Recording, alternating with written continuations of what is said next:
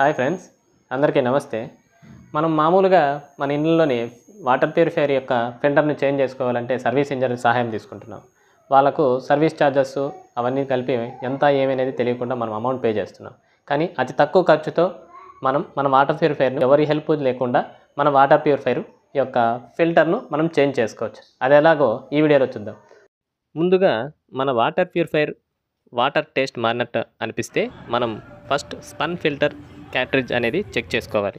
ఇక్కడ వీడియోలో ఉన్న ఫిల్టర్ను చెక్ చేసుకోవడానికి ముందుగా ఆ ఫిల్టర్కి వెళ్ళే వాటర్ను ఆపాలి.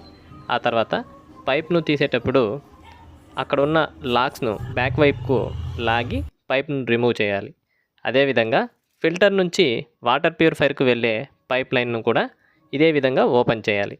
ఆ తర్వాత ఫిల్టర్కు ఉన్నటువంటి క్యాప్ను ఎడమ వైపుకు తిప్పి ఓపెన్ చేయండి. ఫిల్టర్ క్లీన్గా ఉందా లేక డ్యామేజ్ అయిందా అని చెక్ చేయండి.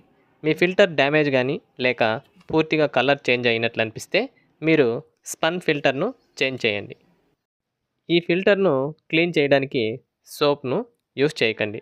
ఒక నిమ్మకాయ, కొద్దిగా సాల్ట్ను తీసుకొని ఫిల్టర్ లోపల క్లీన్ చేసి ఆ తర్వాత స్పన్ ఫిల్టర్ను తీసుకున్నాను. ఈ ఫిల్టర్స్ను ఇప్పుడు మార్కెట్లో చాలా రకాలుగా స్పన్ ఫిల్టర్స్ అందుబాటులో ఉన్నాయి.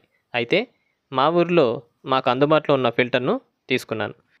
ఈ ఫిల్టర్ మీద దాని కాస్ట్ ₹550 ఉన్నా నాకు ₹120తోనే ఈ ఫిల్టర్ అనేది కొన్నాను.